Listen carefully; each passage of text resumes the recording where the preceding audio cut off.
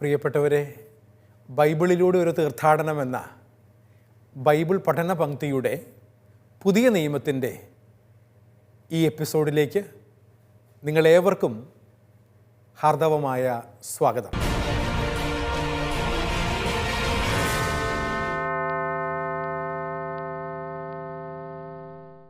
പുതിയ നിയമത്തിലെ യോഹന്നാൻ്റെ സുവിശേഷം 13-ാം അധ്യായമാണ് കഴിഞ്ഞ ഏതാനും ചില എപ്പിസോഡുകളായി നമ്മൾ പഠനവിധേയമാക്കിക്കൊണ്ടിരിക്കുന്നത്.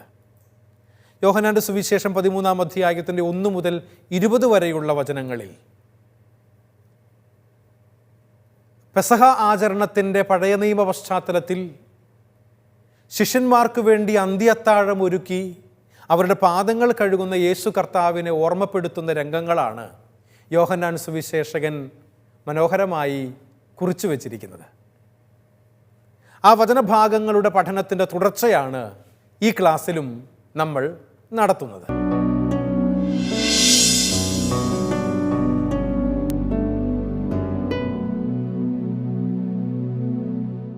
യോഹന്നാൻ്റെ സുവിശേഷം 13-ാം അധ്യായത്തിൻ്റെ 1-ാമത്തെ തിരുവചനത്തിൽ എത്ര മനോഹരമായിട്ടാണ് യോഹന്നാൻ ഇപ്രകാരം എഴുതിയിരിക്കുന്നത്: ലോകത്തിൽ സ്വന്തമായുള്ളവരെ അവൻ സ്നേഹിച്ചു, അവസാനം വരെ അവരെ സ്നേഹിച്ചു. ഇവിടെ അവസാനം വരെ എന്ന വാക്ക് മലയാളത്തിലേക്ക് തർജ്ജമ ചെയ്തത് യോഹന്നാൻ ഒറിജിനലായി എഴുതിയ ഗ്രീക്ക് മൂലഭാഷയിലെ തേലോസ് എന്ന ഒരു വാക്കിൽ നിന്നാണ് എന്ന് കഴിഞ്ഞ എപ്പിസോഡിൻ്റെ അവസാനത്തിൽ ഞാൻ സൂചിപ്പിച്ചിരുന്നല്ലോ. ഓർക്കുന്നുണ്ടാകുമെന്ന് കരുതാണ്.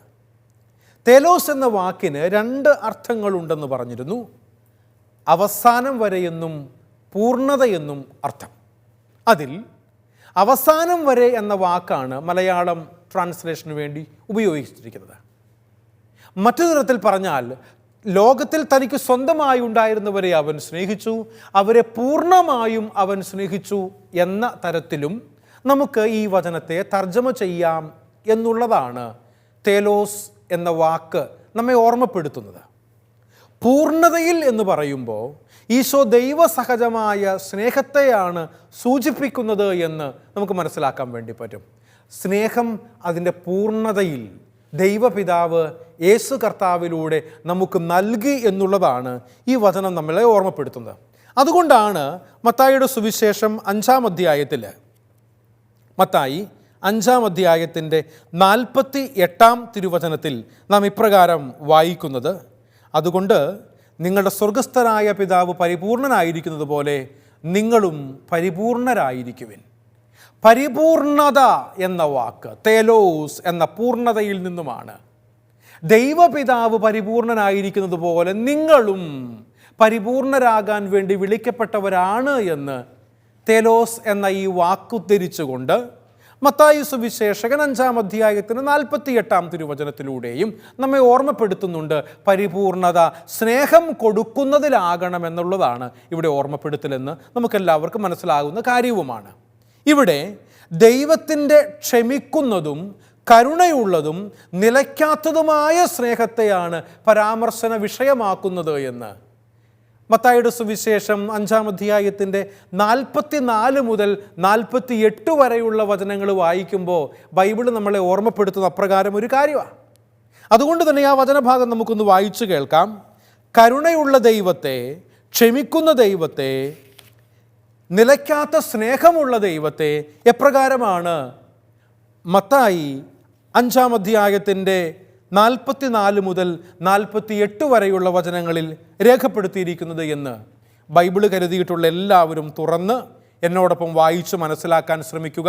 വചനം ഇങ്ങനെ പറയുന്നു: എന്നാൽ ഞാൻ നിങ്ങളോട് പറയുന്നു, ശത്രുക്കളെ സ്നേഹിക്കുവിൻ, നിങ്ങളെ പീഡിപ്പിക്കുന്നവർക്ക് വേണ്ടി പ്രാർത്ഥിക്കുവിൻ.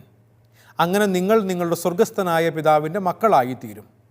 എന്തുകൊണ്ടെന്നാൽ അവിടുന്ന് ശിഷ്ടരുടെയും ദുഷ്ടരുടെയും മേൽ സൂര്യനെ ഉദിപ്പിക്കുകയും നീതിമാന്മാരുടെയും നീതിരഹിതരുടെയും മേൽ മഴ പെയ്യിക്കുകയും ചെയ്യുന്നു.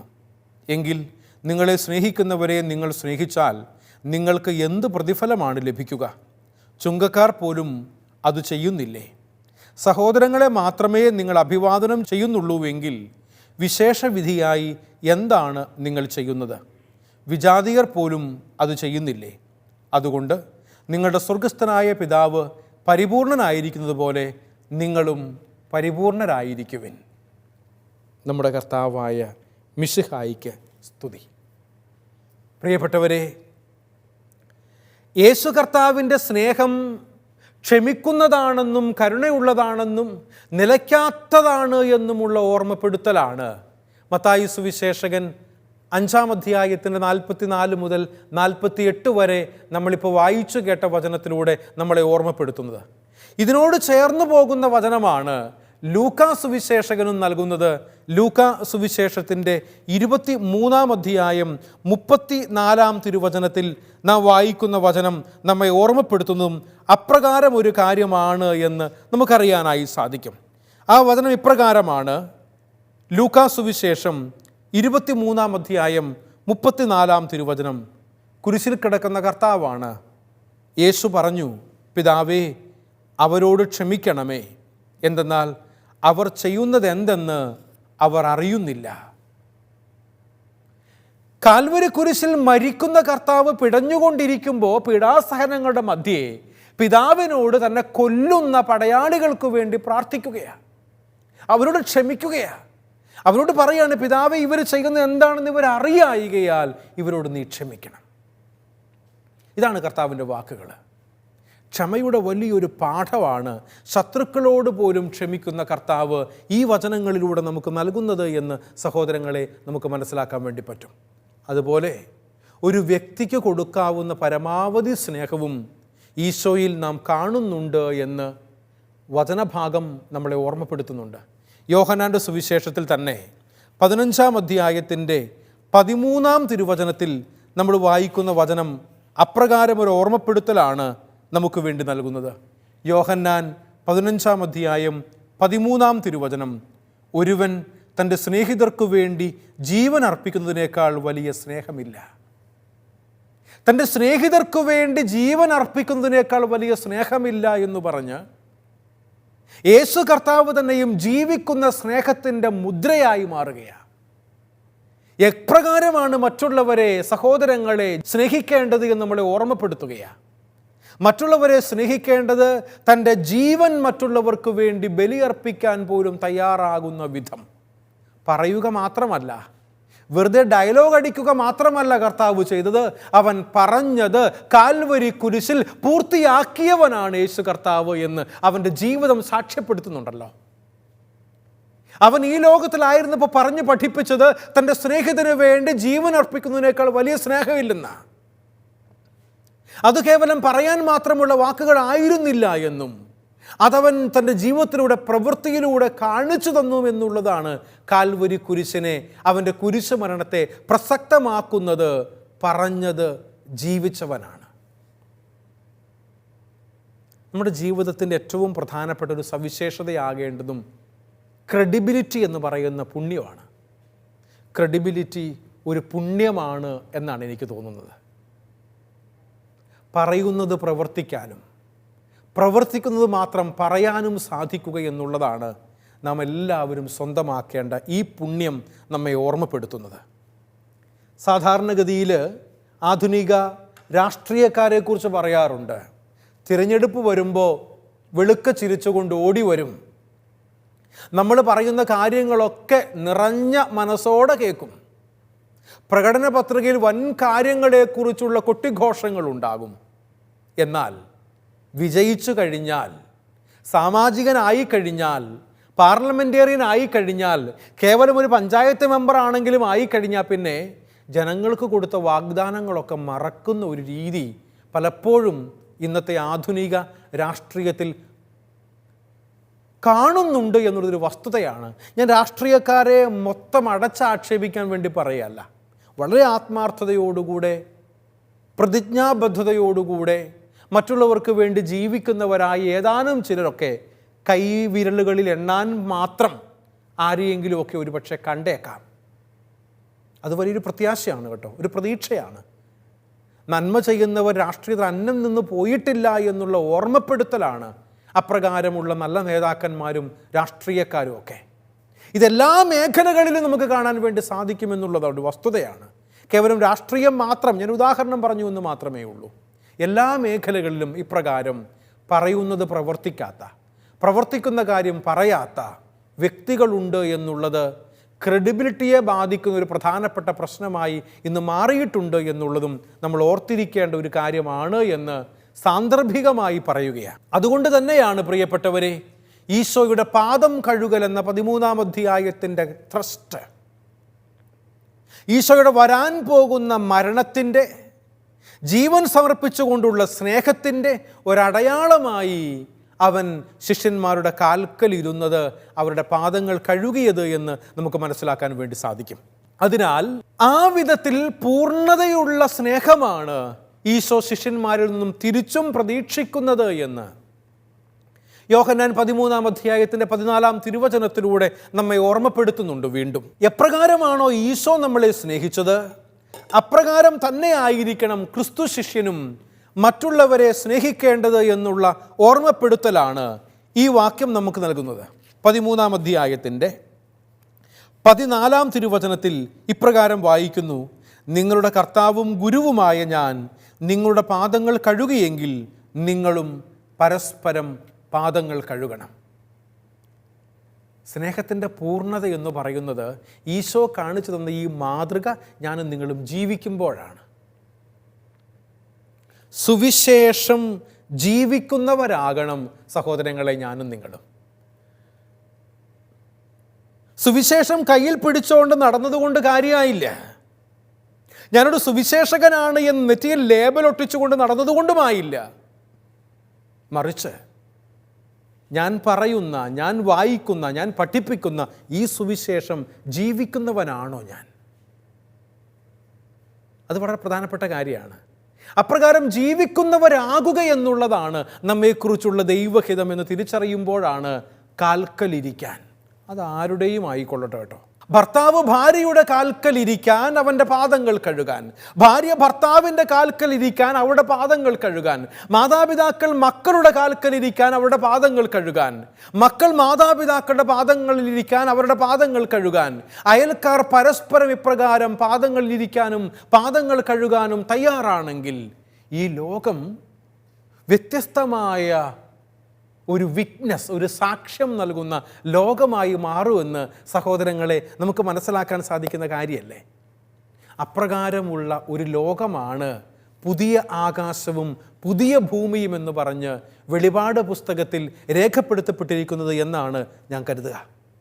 അതുകൊണ്ട് തന്നെയാണ് പ്രിയപ്പെട്ടവരെ, തുടർന്നുള്ള വചനഭാഗത്തിന് പാദം കഴുകൽ എന്ന ഒരു ടൈറ്റിൽ ഞാൻ കൊടുത്തിട്ടുണ്ട്.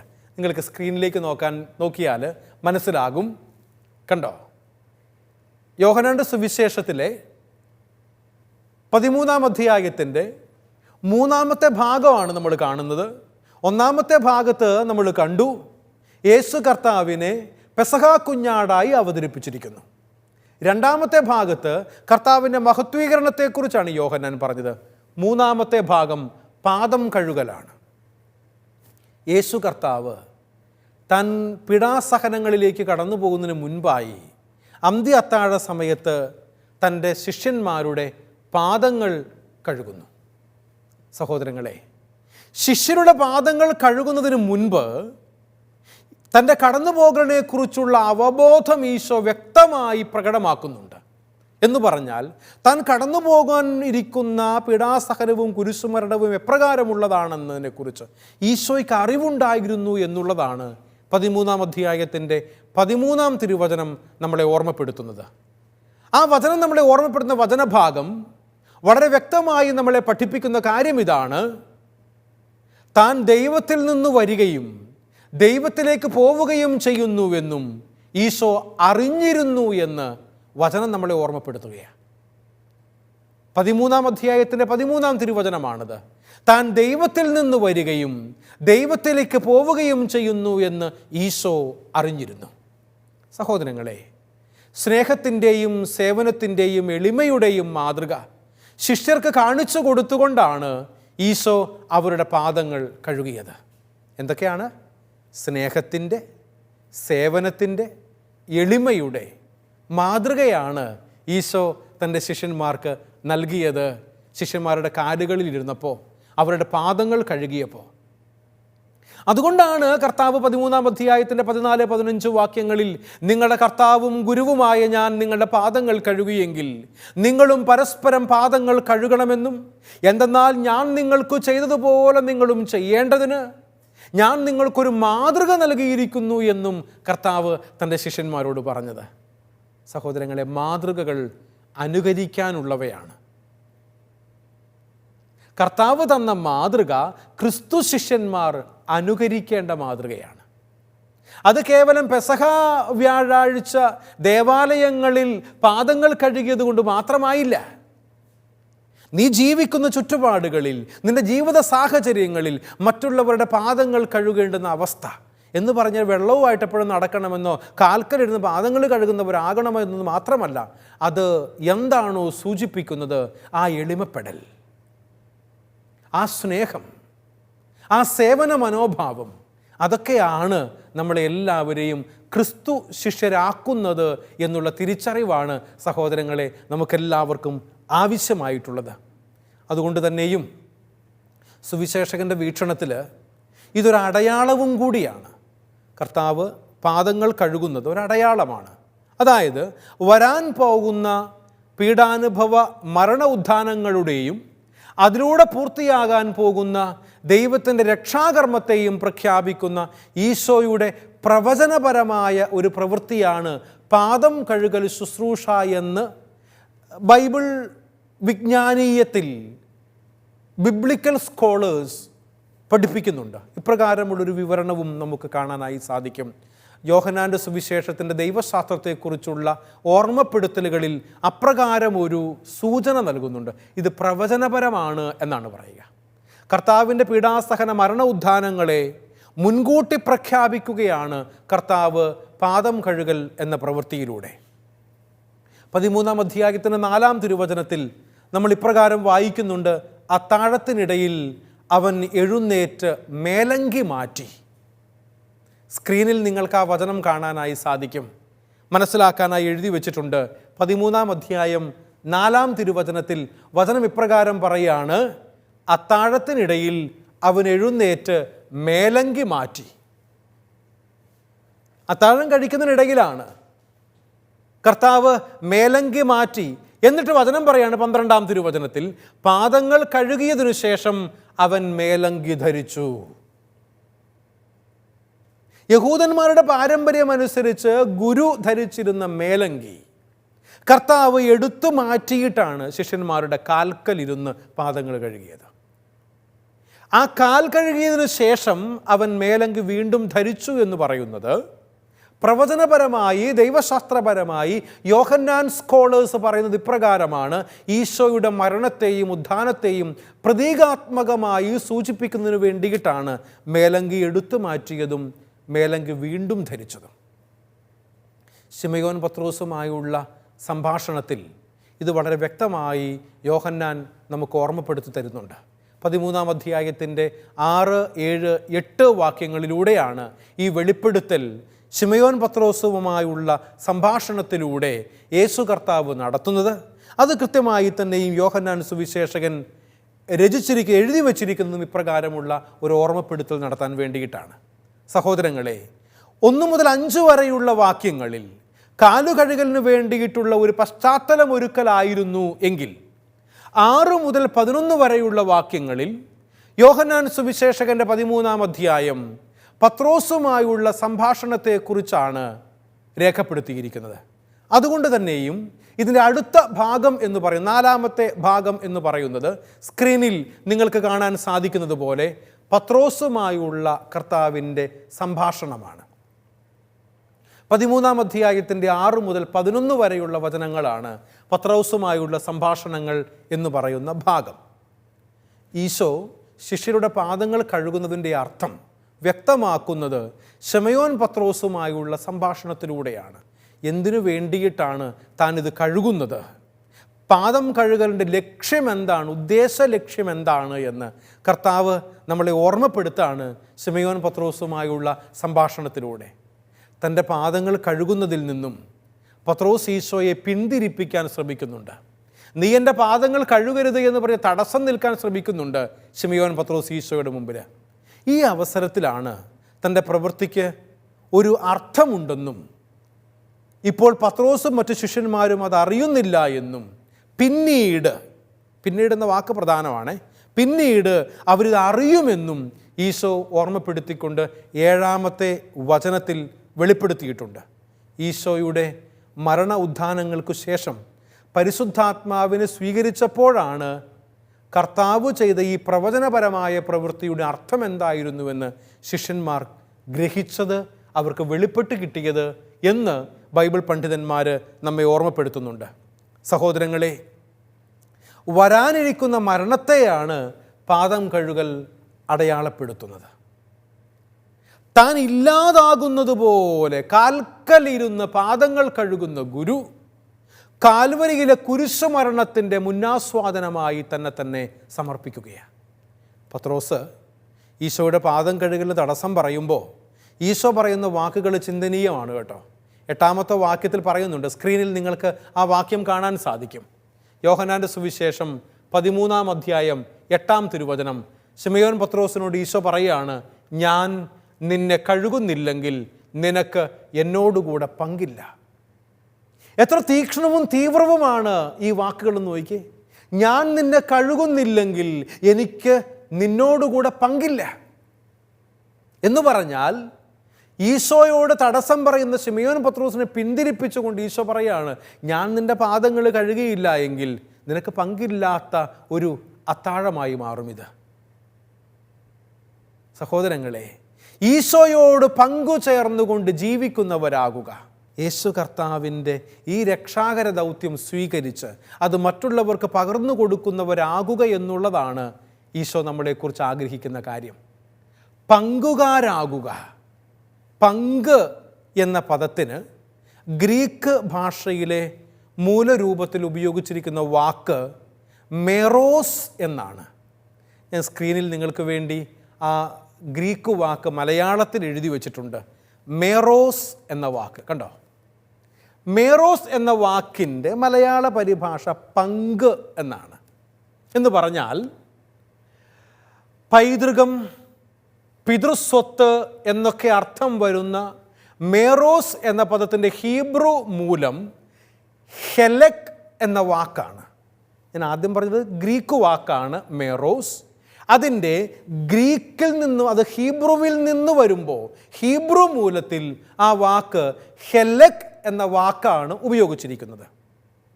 ഹെലക് എന്ന ഹീബ്രു വാക്കിൽ നിന്നാണ് മേറോസ് എന്ന ഗ്രീക്ക് വാക്കുണ്ടായതെന്നും ഈ വാക്കുകളുടെ അർത്ഥം പൈതൃകമത, പിതൃസ്വത്ത് എന്നാണെന്നും അത് മലയാളത്തിലേക്ക് തർജ്ജമ ചെയ്തപ്പോൾ പങ്ക് എന്ന അർത്ഥത്തിലാണ് ഉപയോഗിച്ചിരിക്കുന്നതെന്നും അതുകൊണ്ടാണ് ഞാൻ നിന്നെ കഴുകുന്നില്ലെങ്കിൽ നിനക്ക് എന്നോടൊപ്പം പങ്കില്ല എന്ന് 13-ാം അധ്യായത്തിൻ്റെ 8-ാം തിരുവചനത്തിൽ യോഹന്നാൻ സുവിശേഷകൻ പങ്ക് എന്ന വാക്കിലൂടെ ദ്യോതിപ്പിക്കുന്നത് എന്നും ഞാൻ ഓർമ്മപ്പെടുത്തട്ടെ.